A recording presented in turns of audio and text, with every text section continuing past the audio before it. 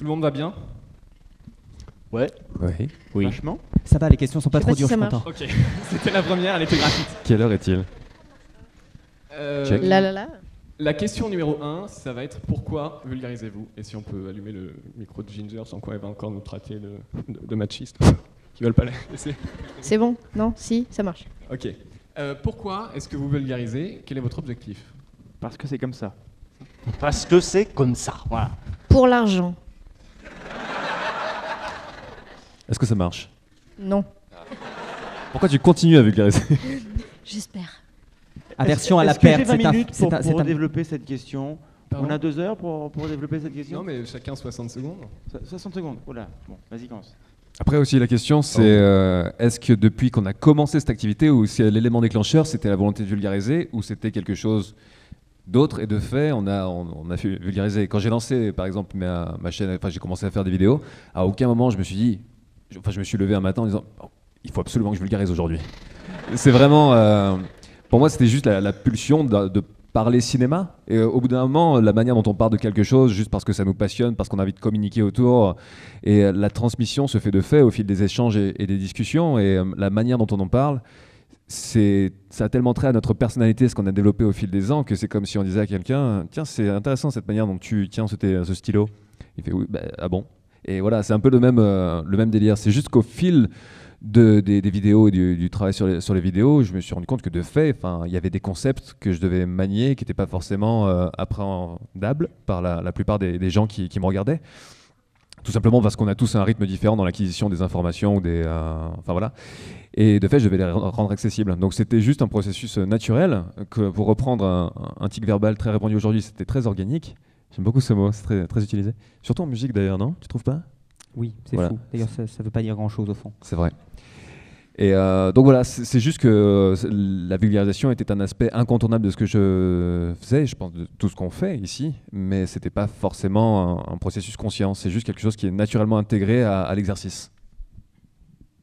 En ce qui me concerne, c'est plutôt un mélange entre deux choses. Déjà, un immense plaisir du partage. Je suis aussi enseignant à côté de YouTube et depuis toujours, je pense, je prends plaisir à transmettre ce que j'ai moi-même pris plaisir à apprendre.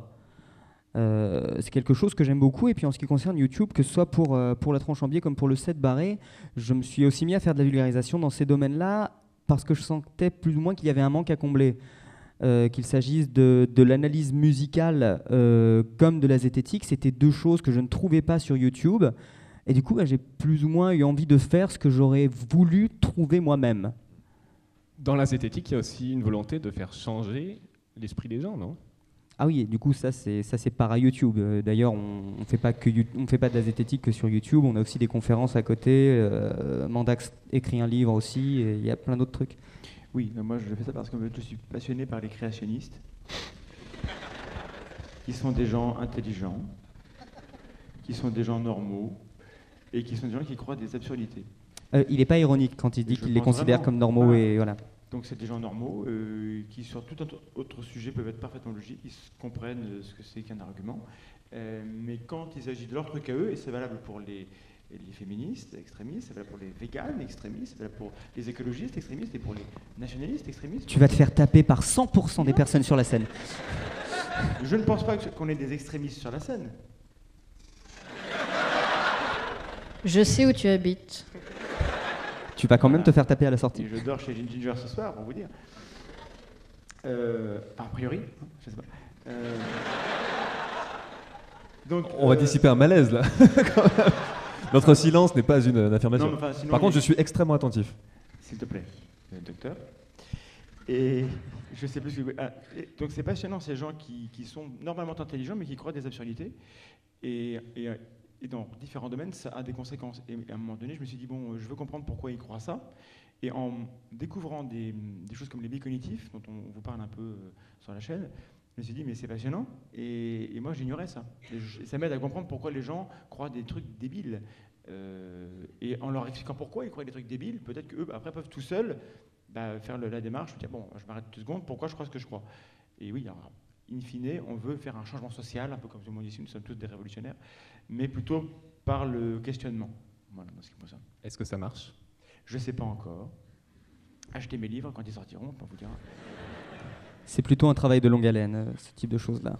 Usul, le changement social par le questionnement, est-ce que c'est un objectif de ta vulgarisation? Ah bah oui, fatalement, oui. Oui. Moi, ça c'est né de plein de trucs. C'est né évidemment d'une curiosité, d'une joie de travailler sur ces sujets-là. Moi, c'est l'éclat total parce que pendant 2 ans, j'ai travaillé sur le jeu vidéo, etc. Et je rongeais mon frein à me dire putain, là, j'aimerais bien dire ça et je peux pas parce qu'il faut que je parle de jeux vidéo, il faut que je fasse une nulle et tout, donc j'avais pas le temps. Mais voilà, maintenant évidemment c'est vachement bien et puis surtout c'est né de l'atterrement que j'avais à voir le niveau du débat public en France. Je me suis dit voilà, on peut pas faire confiance aux médias. Quand je regarde les médias, pas dans le sens où ils nous mentent, mais dans le sens le niveau du débat est super bas, vraiment. Et on s'en rend compte et tout le monde en fait s'en rend bien compte. Et donc il s'agirait d'élever le débat et pourquoi pas l'élever en partant de certaines bases, en refaisant un peu de pédagogie sur 2-3 trucs, voilà, mais on gagnerait à avoir un débat public plus élevé, quoi. En ce moment, c'est particulier aussi. Ouais, alors moi, les maths, c'est un peu particulier. Moi, j'aime vraiment les maths, ça me passionne depuis que je suis tout petit, et quand je dis aux gens que j'aime les maths, j'ai des regards assez étranges. Mais pourquoi? Qu'est-ce qui se passe avec les maths? La phrase que j'ai le plus entendue dans ma vie, c'est certainement « Oh, moi j'étais nul en maths ». Et du coup, il y a quelque chose de très très frustrant quand on aime quelque chose profondément, de voir autant de gens détester cette matière. Et vraiment, beaucoup de gens qui sont très frustrés par les maths. Et donc voilà, il y a une volonté de faire changer ça, d'essayer de convaincre, d'essayer de faire voir les maths différemment, d'autant plus que les maths qu'on voit à l'école, c'est juste une partie des maths, il y a plein de façons de les aborder. Est-ce que les gens qui étaient frustrés par les maths dans la salle, avant les vidéos de Micmath, peuvent lever la main? Après les vidéos de Micmath, tu as encore du travail. Non, c'est bien, ça veut dire que je peux continuer ma chaîne encore, sinon je n'aurais plus qu'à vous laisser. Mais je suis content qu'il y ait quelques mains qui se soient baissées. Et voilà, après, pourquoi faire de la vulgarisation? Ça, c'est venu assez tôt. Au lycée, j'avais des profs de maths qui faisaient déjà de la vulgarisation et donc qui m'ont entraîné sur cette voie-là. J'ai commencé bien avant de faire des vidéos sur YouTube. Je faisais de la vulgarisation pour des associations, je faisais des trucs genre dans la fête de la science, des salons des jeux mathématiques, des choses comme ça. Et puis à un moment donné, je suis arrivé sur YouTube presque par hasard, en fait. Voilà. Et puis ça s'est mis à bien marcher, donc j'ai continué. Est-ce qu'il y a un élément déclencheur qui vous a fait dire « Ok, je ne peux pas garder ça pour moi, il faut que je l'explique au grand monde » ? Pas vraiment d'élément déclencheur, non, c'est venu vraiment petit à petit. C'est-à-dire qu'au début, parce que j'aime ça aussi, voilà, c'est-à-dire que ça me fait toujours plaisir de parler de maths, parce que j'aime ça, donc voilà, j'aime partager ça avec le plus de monde possible. Et puis vraiment, c'est venu très progressivement. Il n'y a aucun moment où je me suis dit, tiens, maintenant je suis vulgarisateur, quoi. Vous n'avez pas de sources d'inspiration qui vous ont motivé à faire de la vulgarisation? Personnellement, en fait, j'ai un rapport un peu différent à la vulgarisation avec les 2 émissions que je fais. Du coup, Adaptation, c'est la plus vieille, elle a un poil plus que 2 ans. Et j'ai commencé à faire des vidéos tout simplement parce que, en fait, ça fait 7 ou 8 ans que je suis nourrice à temps plein, qui est un métier que j'aime beaucoup, qu'au départ j'ai un peu fait par défaut et que maintenant j'adore, mais le fait est que c'est vraiment pas un métier qui intellectuellement est enrichissant. Et le fait est que j'avais l'impression, enfin c'était métro boulot dodo, et du coup j'ai eu envie de faire quelque chose d'un petit peu stimulant, et je me suis tournée vers la littérature naturellement, parce que j'en avais un petit peu marre d'à chaque fois que je voyais une adaptation, d'entendre oui mais de toute façon le livre était mieux, mais le film il a totalement ruiné l'œuvre originelle, etc. Donc j'ai eu envie de passer un petit peu au-delà de ce stéréotype. Et après, et en fait, ma démarche est à peu près toujours la même pour les adaptations. C'est toujours de faire un petit peu découvrir une œuvre, que ce soit cinématographique ou littéraire. Mais pour les pavés dans la mare qui parlent de féminisme, la manière dont je le fais, dont je le perçois, a beaucoup changé. Au départ, je voyais ça comme une petite émission de vulgarisation, histoire d'expliquer quelques petits thèmes du féminisme. Et en fait, plus j'avance et plus je me rends compte que les gens sont demandeurs de ça, sont demandeurs de développer des concepts un peu... Là, par exemple, la dernière que j'ai sortie parlait de militantisme, faisait plus de 40 minutes. La moitié, c'était des interventions de personnes à qui j'avais proposé de venir. Et de plus en plus, on me prend en fait à partie pour me dire « Tiens, toi qui parles de féminisme, qu'est-ce que tu penses de ce sujet? Qu'est-ce que tu penses de ça? Qu'est-ce que tu penses de ça ?» Et le rapport n'est pas différent peut-être par rapport au sujet qu'on traite, parce que Je pense notamment à François qui parle de cinéma, et il y a Usul qui parle plus de tout ce qui est sciences sociales et politiques. Et je pense que les retours ne sont pas les mêmes selon le thème de vulgarisation qu'on aborde, le thème qu'on vulgarise tout simplement. À mon avis, je pense que tu n'as pas les mêmes retours sur le jeu vidéo et sur les chars contemporains. C'est plus passionné. Et encore, parfois. Il y en a qui peuvent s'exciter sur. T'as dit du mal d'un jeu, qui peuvent s'exciter plus fort que sur des trucs politiques. Ça peut être assez fou. Ouais. Ceci dit, je maintiens que c'est important de dire que Mario Bros est sympathique comme film. Il faut le dire.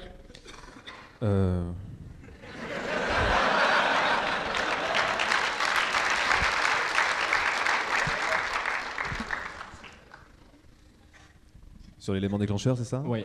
C'est quand j'ai vu Mario Bros, je me dis quelle merde. Il faut que j'en parle. Il faut à tout prix que j'en parle. Il faut que j'occupe l'espace public pour dire des choses. Quoi. Oh hell no! Il n'y a pas eu d'élément déclencheur. Ça a mûri au fil du temps. Sur les inspirations, je voyais depuis 2008, en gros, à partir de toute la sphère des vidéastes américains, à la base Angry Video Game Nerd, qui était un peu le créateur de ce format dans une certaine mesure, ou à un certain degré en tout cas, et à toute la clique ensuite de Nostalgia Critique qui est arrivée, qui a fait des vidéos qui parlaient de cinéma, de jeux vidéo et tout ça. J'aimais bien leur démarche et je voyais pas vraiment d'équivalent français à ce moment-là dans le côté créer un personnage décalé pour parler de choses a priori sérieuses à la base et arriver à un équilibre entre pédagogie et divertissement. C'est un truc qui me parlait beaucoup. Je crois que c'est un truc qui définit pas mal de ce que je fais, c'est chercher un équilibre entre des choses qui sont a priori opposées. Donc c'est un truc, il n'y a pas eu vraiment d'éléments déclencheurs, c'est une envie sans que j'en ai forcément conscience qui a mûri au fil du temps et un jour je me suis juste dit allez, comme ça avec ce ton-là. Et voilà, mais après je trouve que c'est généralement plutôt bien que ça puisse mûrir et vraiment c'est là qu'on voit aussi si les motivations ou ce qui nous pousse vraiment à faire ça est solide ou pas, plutôt que de faire ça sur un coup de tête. Mais après on peut faire ça sur un coup de tête, ça peut être très bien et se rendre compte que c'est totalement son truc, mais voilà, c'était Est-ce qu'on peut avoir un petit cours d'histoire de la vulgarisation YouTube? D'où ça vient à la base? États-Unis, 2008?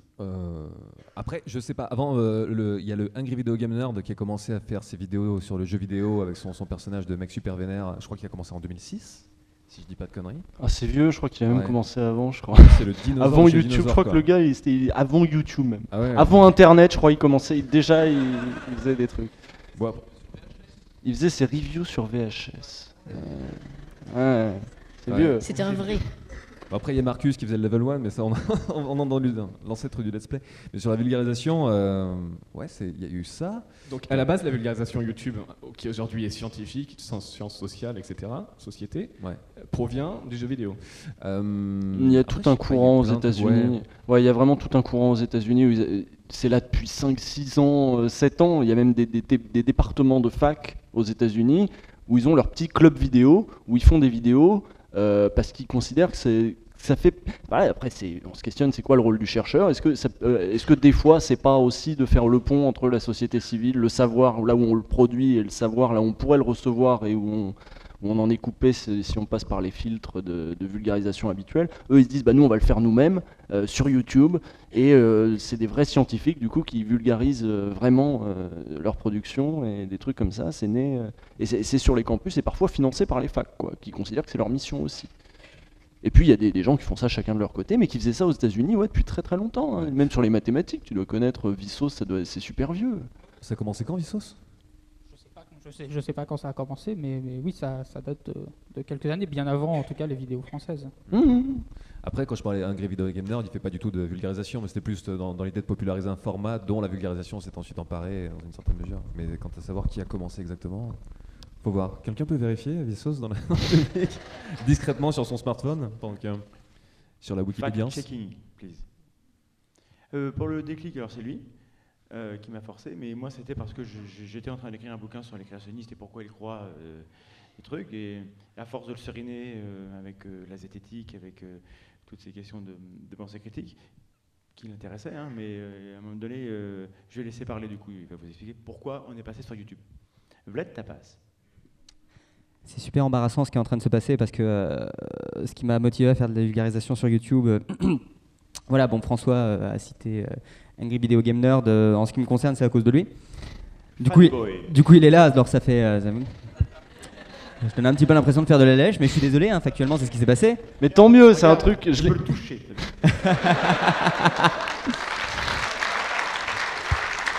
Tant mieux, c'est un truc que j'ai encore répété aujourd'hui, c'est un truc que je répète Venez le toucher. 200 fois. Faites des vidéos, alors de temps en temps ça marche, et tant mieux. Voilà, c'est ça, ce qui s'est passé, c'est que, voilà, bon, moi j'ai toujours été, voilà, je suis musicologue dans la vie de tous les jours, musicien et musicologue, et puis quand je suis tombé sur les vidéos d'Usul, effectivement, je me suis dit, putain, Non. Non. Qui es-tu pour dire ça? Ça... Putain. D'accord. Désolé. On peut parler du jeu vidéo de manière intéressante, cultivée, sourcée et avec une véritable réflexion profondément poussée. Et j'ai trouvé ça formidable et j'ai eu... Oh, j'en suis revenu, tu sais, je suis beaucoup moins naïf aujourd'hui.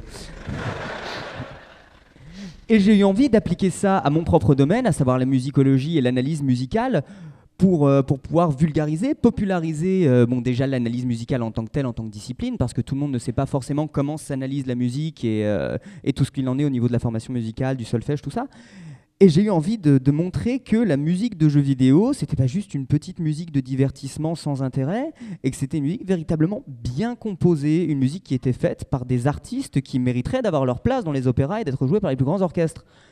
Alors de plus en plus ça se fait, donc je suis profondément ravi. Mais j'ai eu envie d'apporter ma pierre à l'édifice en faisant ça, et en plus c'était pas forcément fait. Et comme j'ai dit tout à l'heure, j'avais eu envie de produire du contenu que moi-même j'aurais pris plaisir à voir. Donc je me suis lancé et je me suis mis au 7 barré dans lequel j'analyse des grands thèmes de la musique de jeux vidéo. Allez voir le tout premier épisode du 7 barré. Non. Si. C'est assez confondant. Cet homme a le crâne rasé à blanc et un petit bouc. J'arrive toujours pas à faire le lien, moi. J'arrive pas à reconnaître. Oui, sa pilosité. Je crois que c'était quelqu'un d'autre. En fait. C'est ça, exactement. C'était quelqu'un d'autre. D'ailleurs, ses capacités d'acting et de montage sont les siennes et ce ne sont pas les miennes. Tout évolue. Absolument, voilà, on s'inscrit dans un continuum. Et pour le déclic vers la pensée critique, c'est qu'il a parlé à ses copains vidéastes du YouTube Game. Ils lui ont dit, mais c'est super intéressant ce dont tu parles, mais il faut faire des vidéos. Et donc il est venu me voir, il a dit, on fait des vidéos. Je dis, ok. C'est vraiment un résumé tout pourri. Ouais, mais c'est presque verbatim quand même, hein. Ça s'est passé comme ça. Pas vraiment. Non, juste voilà, j'étais effectivement en train de... Je refais la version romancée, hein. Donc voilà, Marc Lévy, Umberto Eco. Tout simplement, C'est moi, Marc Lévy.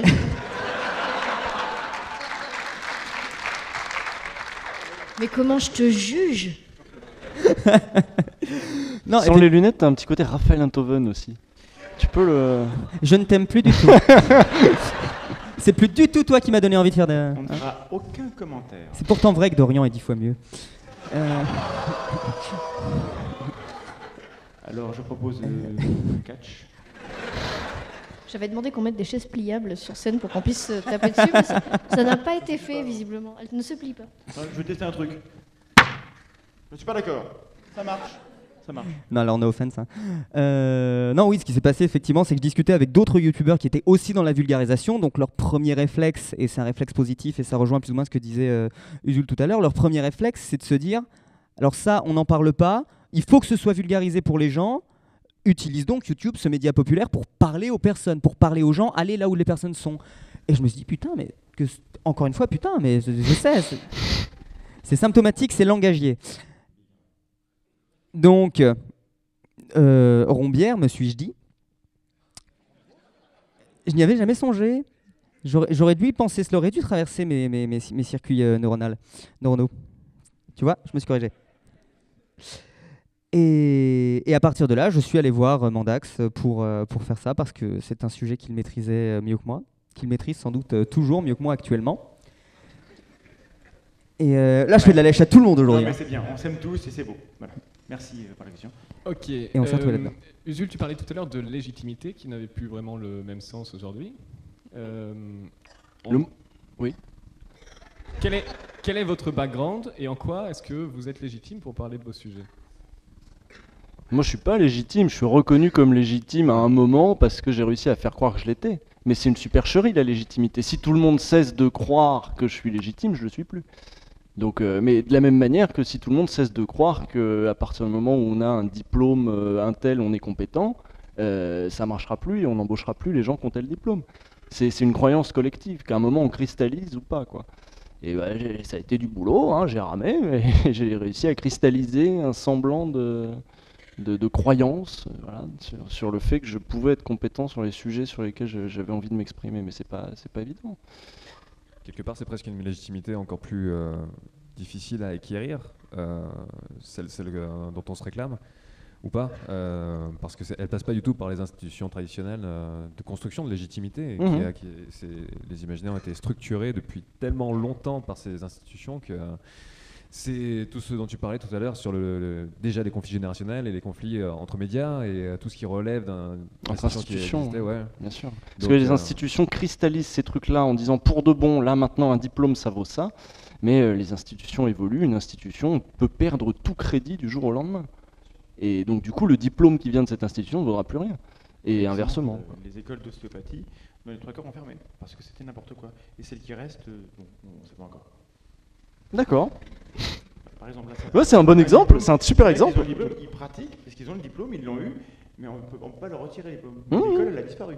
Parce que le diplôme, il ne valait rien. Oui. Bon courage. Niveau légitimité, on pourrait aussi parler de la psychanalyse. C'est assez extraordinaire, ça, comme cas de tentative d'établissement de la légitimité. C'est-à-dire que pour pouvoir avoir votre propre cabinet de psychanalyse, le seul prérequis, c'est de vous être fait psychanalyser avant. On a vu mieux, hein. Qu'est-ce qu'un expert? C'est quelqu'un qui est reconnu comme expert par les autres experts. Oui, ça c'est important parce que du coup, autant, par exemple, en ce qui me concerne, ou en ce qui concerne un certain nombre d'entre nous, on est reconnu par, mettons, nos pairs. C'est-à-dire que il y a une reconnaissance entre nous, on sait que tiens, lui c'est plutôt sérieux, et puis lui on l'invite pas, parce que lui il fait n'importe quoi. C'est vrai, non mais il y a ces processus-là qui ont cours, et reconnus par le public. Mais il y a les moments où on se heurte du coup aux institutions encore plus légitimes que nous sur le papier, celles qui ont les vrais postes de légitimité. Ceux-là nous considèrent encore assez largement comme de la merde, hein, je pense. J'ai l'impression que c'est un truc qui évolue petit à petit. Oui. Et c'est une forme de victoire, parce qu'en fait on a tendance aussi parfois à hiérarchiser ces sources de légitimité et considérer justement que celles qui sont plus traditionnelles sont aujourd'hui moins pertinentes, ou en tout cas plus qu'elles font preuve souvent de condescendance envers ces nouvelles formes de légitimité, qu'elles sont critiquables à ce sens-là, et je suis entièrement d'accord.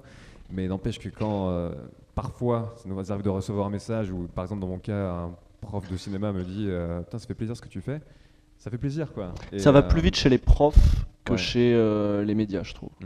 Chez les profs, parce que bon, ils sont dans le monde intellectuel, ils peuvent reconnaître quand il y a un travail intellectuel, ils peuvent. Bon, c'est quand même des.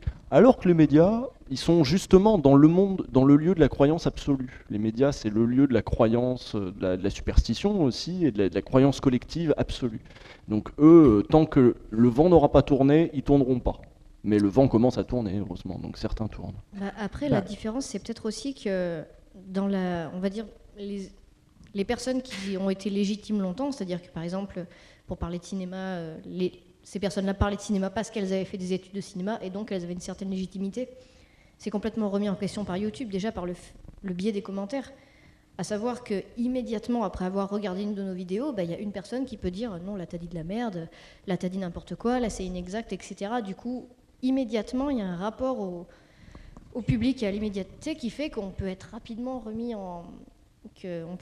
être mis sur la sellette en mode non mais lui il a fait 30 vidéos qui étaient vachement bien, mais il en a fait une ou deux qui étaient un peu du coup il dégage.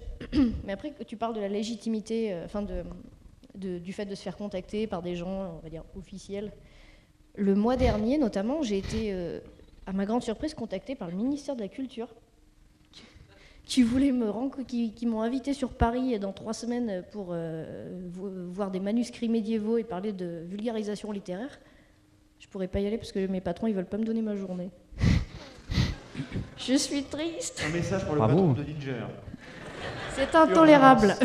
On va enregistrer un message vidéo avec vous tous, en allumant les lumières ensuite, pour convaincre le. On va faire patron. des facecams en noir et blanc. Et ça m'a énormément surpris, mais d'un autre côté, même si je suis flattée, je me sens un petit peu à l'écart de ça, parce que par exemple, personnellement, j'avais commencé après le bac des études littéraires, que j'ai rapidement abandonné parce que je me retrouvais absolument pas dans le système. J'avais l'impression que comme au collège ou au lycée, on me demandait d'apprendre du par cœur et je me faisais chier comme un rat mort. Et j'ai préféré partir et garder des enfants. Et en fin de compte, je m'épanouis bien plus là-dedans parce que je me sens plus utile à m'occuper d'enfants et à faire vraiment de l'éducation à la base plutôt que d'apprendre des trucs par cœur qui me serviront jamais dans ma vie.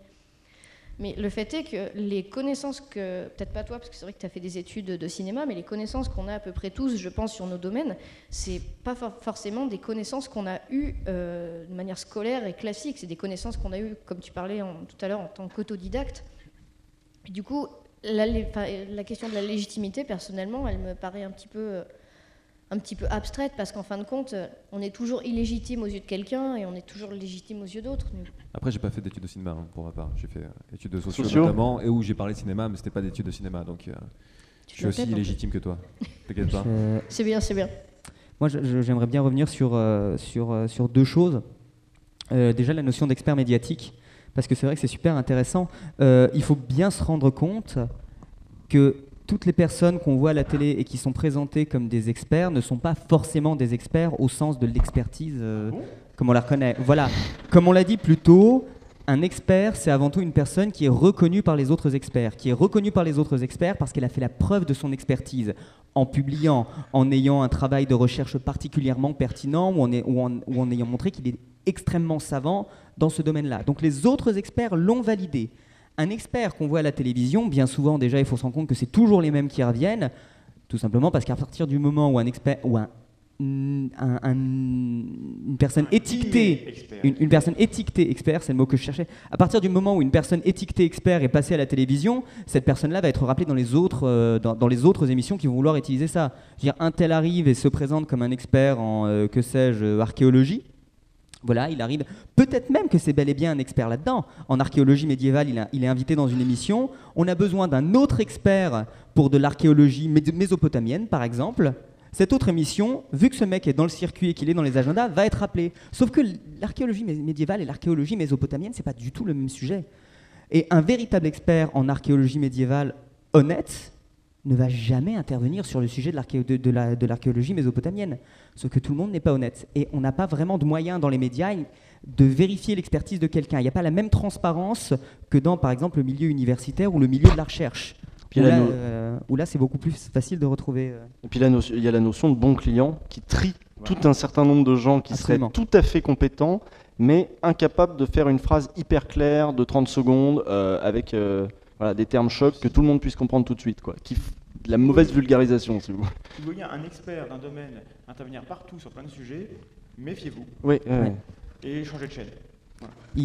Il faut bien se rendre compte que, ça a été dit plus tôt, il me semble, actuellement, les experts se spécialisent de plus en plus. C'est pas tellement étonnant. J'ai l'impression de refaire la conférence d'hier.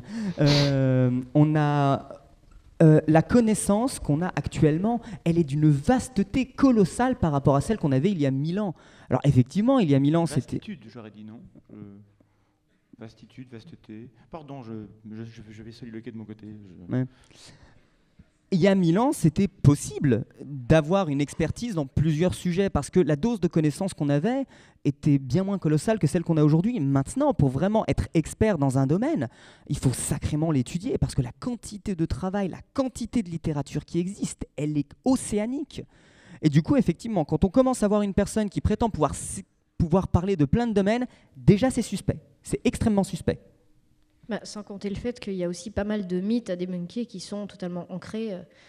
Par exemple, il y a le fait que lorsqu'on parle un petit peu de Star Wars, il y a toujours un kiki qui arrive et qui dit oui, mais si Star Wars, t'as l'impression d'avoir vu ce film 50 000 fois, c'est parce qu'il s'inspire du livre Le héros aux 1000 visages. C'est de la merde, c'est pas vrai. Putain, j'en peux plus de Campbell. C'est le truc qui est ressorti à tous Non, mais les voilà, yeux. les gens ressortent toujours Campbell en disant oui, mais c'est parce que George Lucas s'en est inspiré. C'est une connerie. Et puis c'est tellement matiné de freudisme ce truc. C'est une connerie. Et le problème, c'est qu'en fait, quand on dit parfois des choses comme ça, et on se fait un petit peu ouais, mais non, j'entends ça partout, alors du coup, c'est vrai. Donc il y a aussi peut-être un travail de débunkage de mythes dans nos vidéos, quoi. Et par rapport à... Vas-y. J'allais dire, ce qui est essentiel quand on commence à arriver sur YouTube, là je parle en tant que spectateur de YouTube, et en fait en tant que spectateur de n'importe quoi. Il ne faut pas être dans la consommation passive d'un média. C'est capital. À partir du moment où on nous donne une information, il faut vérifier cette information, il faut être dans la consommation active. Il ne faut pas exiger que le travail soit prémâché. Déjà parce que c'est une paresse intellectuelle et que c'est pas bien, c'est dommage. Et ensuite parce que c'est pas comme ça qu'on va pouvoir progresser soi-même. Au niveau du spectateur, je suis entièrement d'accord. Et pour le côté émetteur du message et producteur de contenu, par rapport à tout ce que tu disais, généralement, il y a un truc que je dis par rapport à ça, c'est la liberté d'expression s'accompagne de la responsabilité de fermer sa gueule si on n'a rien à dire sur un sujet. Et après ça revient vraiment aux questions d'éthique personnelle. Et à ce niveau-là, il n'y a pas de police de l'éthique qui sévit encore sur... On arrive. Ouais. Soon. Je peux drop de mic. Non, je plaisante. Ça va me faire mal, je vais pas le faire. Une dernière question. Est-ce que vous êtes les profs version 2.0 ? Et comment est-ce que vous concevez votre rapport ? À quoi est-ce que vous pouvez servir à l'enseignement ? Non, le boulot de prof, c'est encore autre chose. Ouais. Sincèrement, ce qu'on fait, c'est difficile, mais de manière complètement différente. Un prof, ça va s'étendre sur le long terme, ça va complètement dépasser le simple être pourvoyeur de savoir. Donc c'est un exercice qui est différent. C'est complémentaire, je pense, comme approche, mais c'est différent.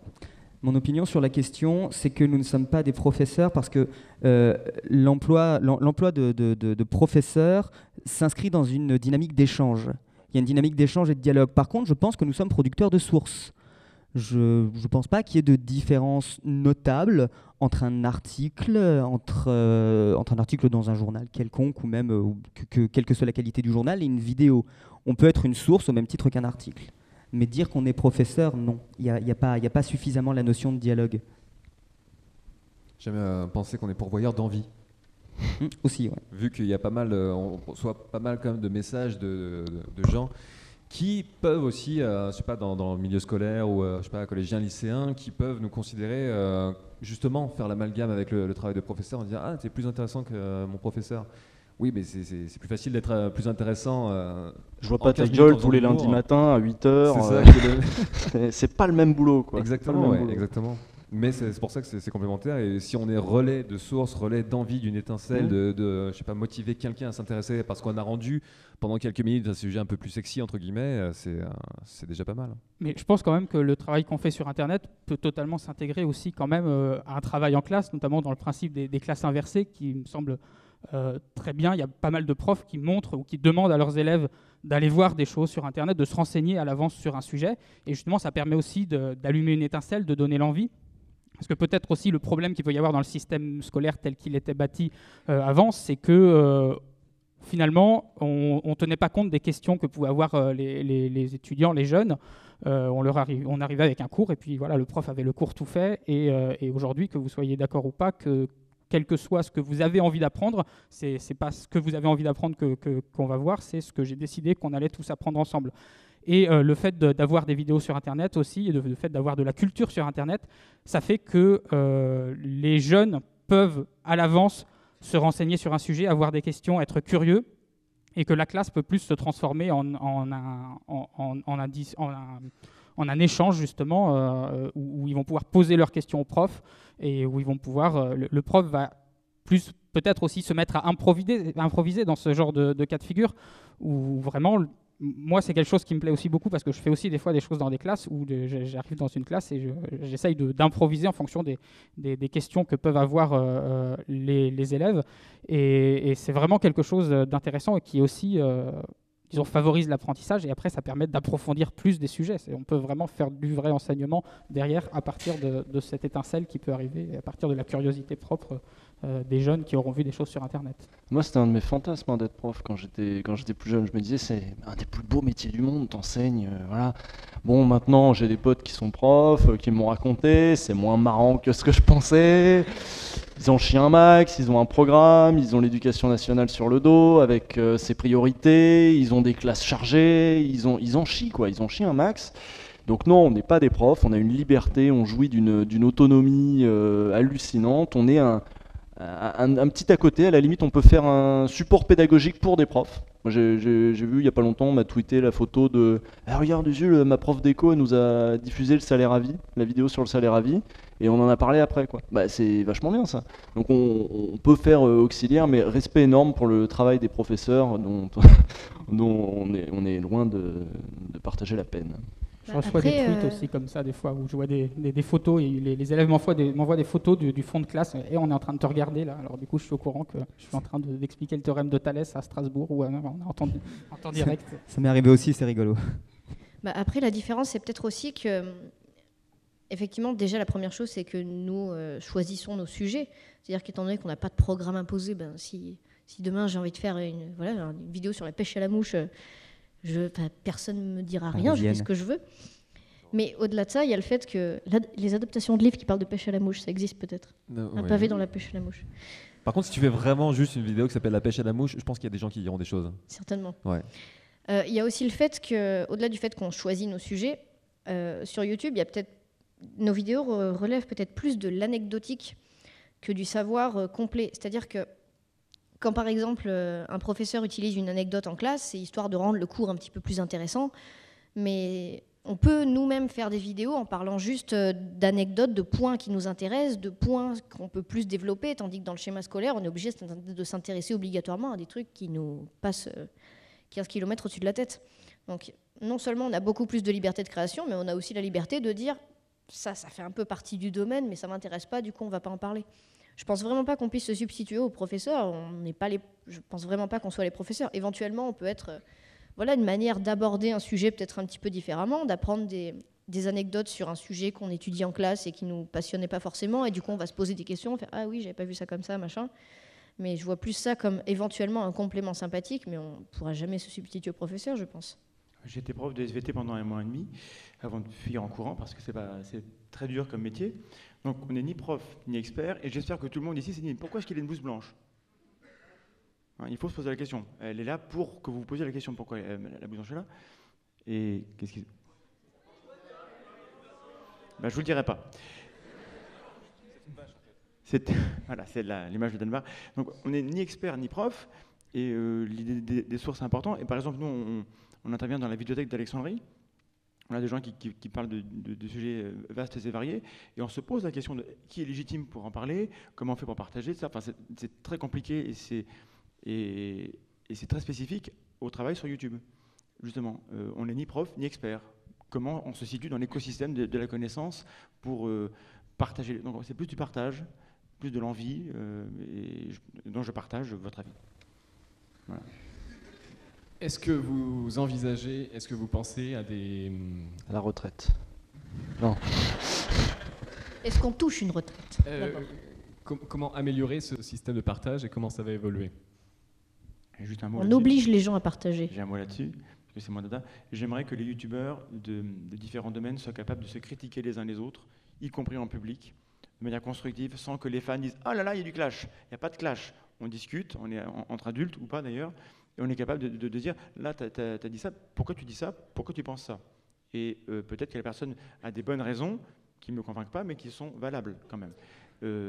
Parce qu'un jour va arriver quelqu'un avec des vidéos toutes pourries, sur une théorie toute pourrie, qui va soit avec des dérives sectaires, soit des dérives complètement politiquement graves, ou pseudo-scientifiques, avec de la santé, etc.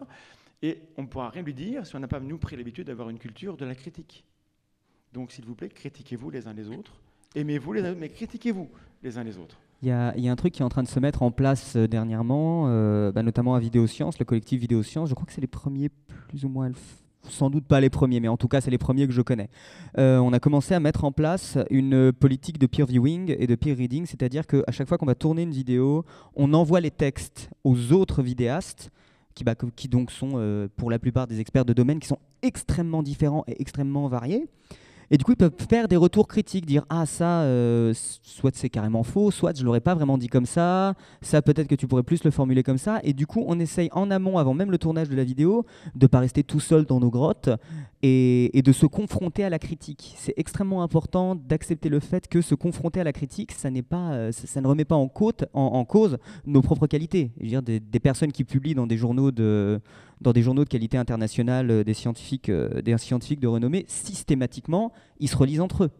il se loupe pas. On veut dire que dès qu'il y a une phrase en trop, on leur tombe dessus. Impitoyable. Ça, c'est une chose à laquelle l'école ne nous prépare pas forcément aussi, d'être prêt à accepter la critique, de savoir que l'échec fait partie intégrante du processus de recherche.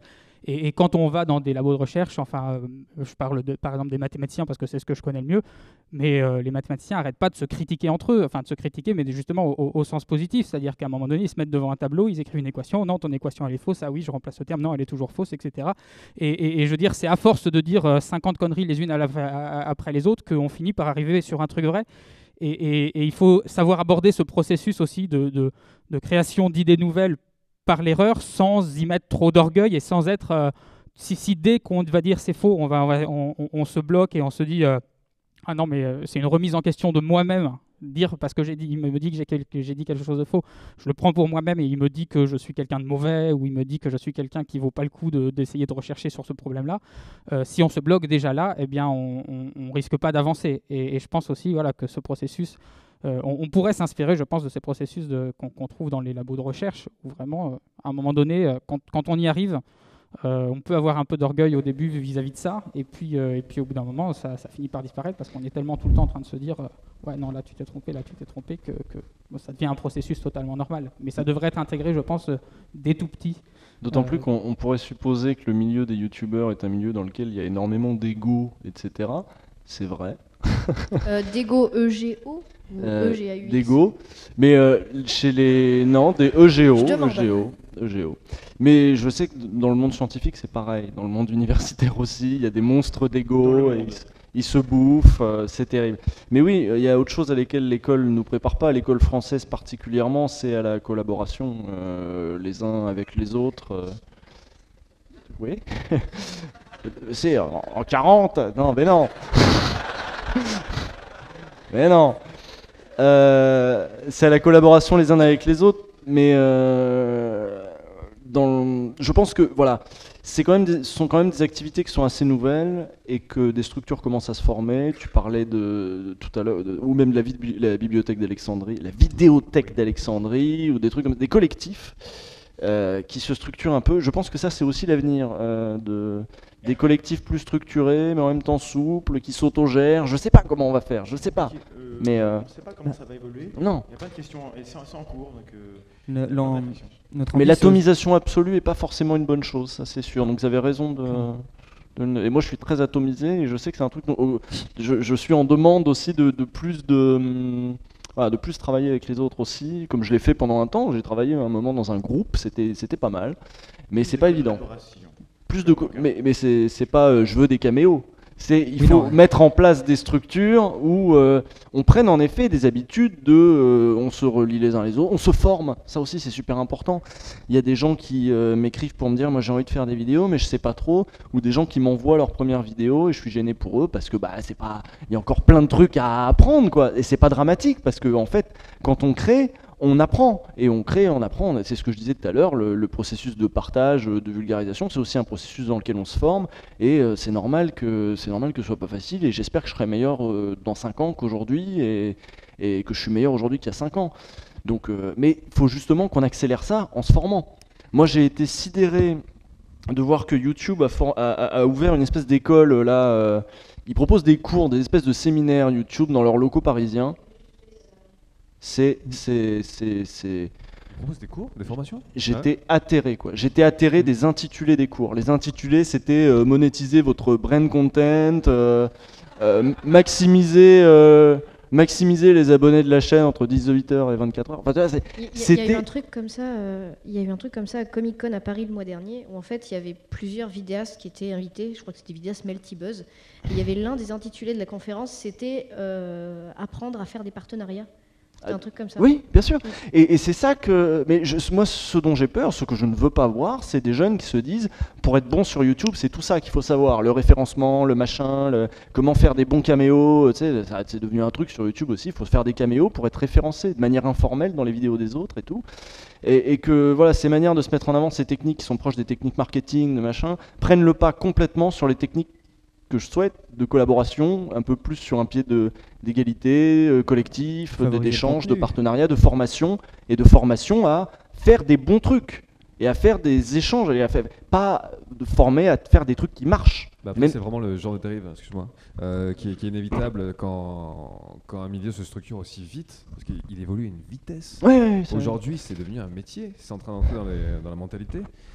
Et ça suppose toutes les dérives. Déjà, à la base, quand un truc se structure de manière aussi forte, avec tout un modèle économique qui va derrière, avec et tout ce qui va avec, vraiment, déjà à la base, il y a pas mal de dérives qui vont avec. Alors en plus, quand ça va avec cette vitesse et cette ampleur, là, c'est la fête du slip. Et effectivement, ce genre de démarche, c'est des cours d'école de commerce, quoi, c'est du marketing. Oui, après, ça fait la différence entre pourquoi on se lance dans cette activité, entre ceux qui se lancent pour réussir, parce qu'ils veulent juste monter un business qui va réussir, et ceux qui se lancent pour produire des contenus à la base parce qu'ils y croient et qui, effectivement, ils veulent produire ce qu'ils voudraient voir en tant que spectateur. Après, il y a une professionnalisation sur YouTube, mais qui, je trouve, est un petit peu dangereuse pour les gens qui voudraient se lancer.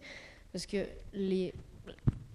à peu près tous, on a du bon sur cette scène, on a du bon matériel audio, on a du bon matériel vidéo.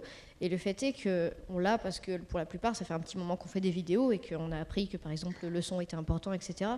Mais quelqu'un qui se lancerait sur YouTube et qui n'aurait pas forcément beaucoup d'argent pour s'acheter du matos de bonne qualité, il commencerait ou alors avec du matos pourri, ou alors il reporterait ça. Et le risque, c'est peut-être qu'effectivement, on voit de plus en plus de contenus qui sont véritablement travaillés, bien faits, avec une bonne qualité technique, une bonne qualité, tout ce que tu veux. Mais du coup, un mec ou une nana qui veulent se lancer et qui ont du matos un peu pourri, eh ben, ils vont un peu passer pour des clochards parce qu'ils ont un matos tout pourri et qu'on va dire « Ah non, lui, son son, il est naze, donc je laisse tomber. Ah non, son concept n'est pas totalement rodé, du coup, je regarde pas. » Et je pense que le risque, c'est qu'en fait, en fin de compte, on va totalement se fermer aux nouveaux vidéastes parce qu'on va juste rester dans un cercle de personnes qui ne veulent regarder que des vidéos en 1080p, que des vidéos avec un son super bossé, avec un concept super abouti. Mais t'inquiète pas, je pense personnellement, pas. ça m'inquiète un petit peu. Ça, parce que c'est encore une des magies de ce genre d'activité, c'est que si t'as une présence, quoi. Quel que soit le truc avec lequel tu filmes, faut vraiment un son encore avec ça. Ça oui, il faut vraiment un bon son, sachez-le. Mais voilà, ça transcende pour peu qu'on ait vraiment un truc correct à la base, il n'y a pas besoin d'avoir un rendu de tueur pour percer, loin de là. Il y a plein de gens qui m'envoient des vidéos qui sont tout à fait correctes techniquement, mais qui... et je sais pas comment leur dire ça, quoi. J'essaie de leur répondre déjà en tant que vidéaste en disant ouais, peut-être techniquement je pourrais améliorer ici et ça ici, mais je suis gêné en tant que spectateur de dire ça m'intéresse pas. Enfin, je dis pas que c'est mauvais, c'est juste que il n'y a pas l'étincelle, il n'y a pas le truc qui me fait dire tiens, j'ai envie de regarder cette personne me dire ce qu'il y a dans cette vidéo, quoi. C'est vraiment problématique. Après ça ne se construit pas de manière consciente, c'est un truc qui s'apprend pas, ou qui se développe en tout cas à force de se frotter à ce genre d'exercice. Et il faut surtout mettre ça en avant, je pense. Mais si dans 30 ans... Moi, je parlais à la fin de ma conférence des savoirs qu'il faudrait qu'on mobilise. J'ai parlé faudrait qu'on en sache tous un peu plus en économie, il faudrait qu'on en sache tous un peu plus en informatique. Je pense qu'on gagnerait aussi à en savoir tous un peu plus en audiovisuel et pourquoi pas que ce soit intégré dans nos cursus réguliers, ceux que vont avoir en tout cas nos enfants, qu'on leur apprenne à se servir d'une caméra, d'un micro, même à tourner un petit module, à prendre la parole en public, en vidéo. Je pense que ce serait une bonne chose. Je pense qu'on gagnerait à diffuser ce savoir-là comme un prérequis presque pour exercer vos droits démocratiques. C'est pas mal de savoir prendre la parole en public et sur la place publique. Voilà. Ce serait sympa aussi. Et ce que je disais, c'est que dans 20 ans, 30 ans, moi je me verrais bien donner des cours de ça, quoi. Donner des cours à des jeunes pour leur dire mais vas-y, tu peux le faire, prends la caméra, voilà, on va voir ensemble, structure ton truc. Et ça m'éclaterait. Ouais. Si un jour il y a une école qui m'engage pour faire ça, parce que bon. Comme dit sur YouTube, tu vas quand même pas faire des vidéos jusqu'à 50 ans. Bah non. Des vidéos sur internet, ça va bien un petit peu, quoi. Voilà. Autre chose de ta vie. Au bout d'un moment, une planque dans une école bien payée, un truc privé. C'était juste pour dire une connerie. Ok, on touche à la fin. Est-ce que vous voulez profiter du fait d'avoir votre public ici pour lui poser une question ? Moi, j'ai grave une question, mais ça requerrait d'allumer les lumières dans le public. C'est dans nos cordes. Est-ce possible ? Vous sortez de l'anonymat. Vous ne pourrez plus vous cacher. On va vous voir ? Ah oui. Vous avez tous un micro sous le siège. Romain, est-ce qu'on peut allumer Est-ce qu'on peut allumer le public ? Vous avez tous une bombe sous le siège. Visiblement. Oh. Bravo. Oh merde, vous êtes nombreux en fait. Tu vois, c'est bien qu'on avait la lumière dans la gueule, comme ça on était moins impressionnés. Ouais. Il y en a qui sont pas venus. Hein. Moi, j'aurais une question un peu plus spécifique, plus aux nanas qui se trouveraient dans cette salle. On se prend tous, je pense, toutes les personnes qui font des vidéos, on se prend des commentaires un peu méchants au travers de la gueule. Pour avoir discuté avec plusieurs femmes qui sont présentes sur YouTube, c'est beaucoup plus virulent. Dans la mesure où, par exemple, un homme qui parle, un truc, je vais dire une connerie, un homme qui parle de tuto make-up, on va lui dire qu'il parle de trucs de gonzesse et qu'il faut qu'il arrête de faire des vidéos de merde. Une nana qui parle de sociopolitique, on va lui dire que c'est pas son sujet et qu'il faut qu'elle laisse ce sujet à des gens qui s'y connaissent. Et le fait est que quand on est une nana, on s'en prend beaucoup plus plein la gueule et je pense que c'est un frein pour se lancer sur YouTube. Du coup, je voudrais savoir si parmi vous, il y a certaines femmes qui aimeraient se lancer sur YouTube et qui ont un concept et qui peut-être n'osent pas parce qu'elles ont peur de s'en prendre plein la gueule. Alors, est-ce que vous voulez parler devant 350 personnes maintenant? Deux, trois. Ah, il y en a plusieurs là, il y en a une là. Ah bah. Vous créez des vocations en fait, dès que quelqu'un. Voilà. Ah oui, c'est vrai, moi aussi, je lève la main. Il faut que je fasse. Est-ce qu'il y en a parmi vous, même dans combien, qui ont déjà pensé à le faire ou qui l'ont déjà fait, qui ont déjà fait des pilotes et des machins? Combien? Qui? Oh, punaise. Alors, c'est nous qui vous applaudissons. Parce que c'est vachement bien, quoi. C'est super. Enfin, c'est une proportion déjà significative là, du public. Et c'est ce que tu disais, Ginger, sur la difficulté qu'ont pour l'instant les femmes à s'y mettre. Je le constate à chaque fois que je fais des conférences et que je dis mais allez-y, faites-le, merde, c'est pas compliqué. Et qu'il y a des meufs qui me disent bah franchement, tu sais pas ce que je vais me prendre dans la gueule. Non, mais je confirme que quand on est une femme enfin, je vous préviens, mesdames, si vous voulez faire des émissions sur Internet, vous allez vous en prendre plein votre gueule. On va vous dire que vous avez, on va vous dire que vous avez aussi, c'est créé pour tout le monde. Mais pour les femmes encore plus. Voilà, on va vous dire que vous avez fait des petites choses toutes nues pour obtenir ce que vous avez maintenant, que vous n'êtes là uniquement que pour votre physique, que vous faites de la prostitution à clic. C'est malheureusement fréquent, c'est malheureusement normal, trop normal. Vous allez vous en prendre plein la gueule, mais je reste persuadée que plus on sera nombreuses à parler sur YouTube et plus les gens se diront merde, mais il y en a de plus en plus en fait. Ah bah ça sert à rien de leur gueuler dessus. Du coup, je vous encourage vraiment à le faire. Qui que vous soyez, je vous encourage à le faire, mais si vous êtes une femme et que vous avez envie de vous lancer, je vous recommande vraiment de le faire. Et puis vas-y, on s'en bat les steaks et on y va, on défonce tout. Hein, on est quand même beaucoup déjà dans les vidéastes d'hommes blancs. Si c'est hétéro. Valide. Là, rien que là, il y en a combien là? Mais je suis la seule. Voilà, une petite je me sens un peu exception. isolée. Enfin, mesdames, si vous voulez faire des vidéos, évitez peut-être la zététique, qui n'est pas forcément la discipline où vous avez les commentaires les plus chaleureux.